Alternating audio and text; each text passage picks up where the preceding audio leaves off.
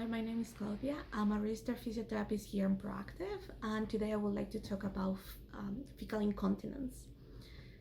When you digest food, that food is gonna go through the colon. As it passes the colon, it gets harder and it turns into waste.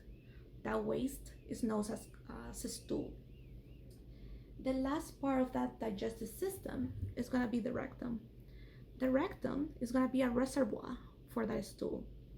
As this happens, your external sphincter is going to squeeze tight to control that from leaking. And the internal sphincter, a little bit higher in, is going to relax to allow for those stools to go into the anal canal. As this happens, it's going to send information to your brain that you're ready to have a bowel movement. And in the right conditions, your pelvic floor is going to relax and the external sphincter is going to open and allow that stool to pass. There's different situations where bowel movement or sphincter control can be affected. It can affect twice as much to female assigned at birth people. It can also affect more in case of radiation. It can affect people with anal rectal surgeries or vaginal delivery.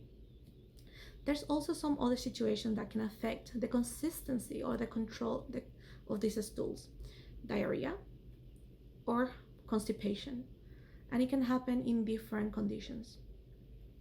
The idea of pelvic physiotherapists is not only to work into those muscles, but also give you the right proper technique for the toilet, to also teach you how to properly breathe and how you can actually relax those muscles to fully empty those stools. As you fully empty, there's gonna be less risk of having a little bit of stool still there that may leakage later on during physical activity. For example, running, picking up your kids, or maybe coughing or sneezing. The pelvic floor also is a support. So if these organs are descending a little bit at what we call prolapse, that is something that we also need to assess and see if there's any techniques that we can use to help with the support, or if there's anything else external like a pessary that it may help you with those symptoms. The control is also going to be something that we're going to manage with pelvic floor muscle training. If you have any leaks, even a small leak in your underwear, with cough, with a sneeze, or even if it happens once in a blue moon, it's still lack of control.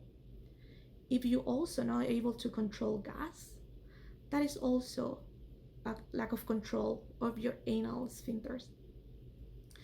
If you have any of these symptoms, please try to reach for your pelvic floor physiotherapist. Thank you.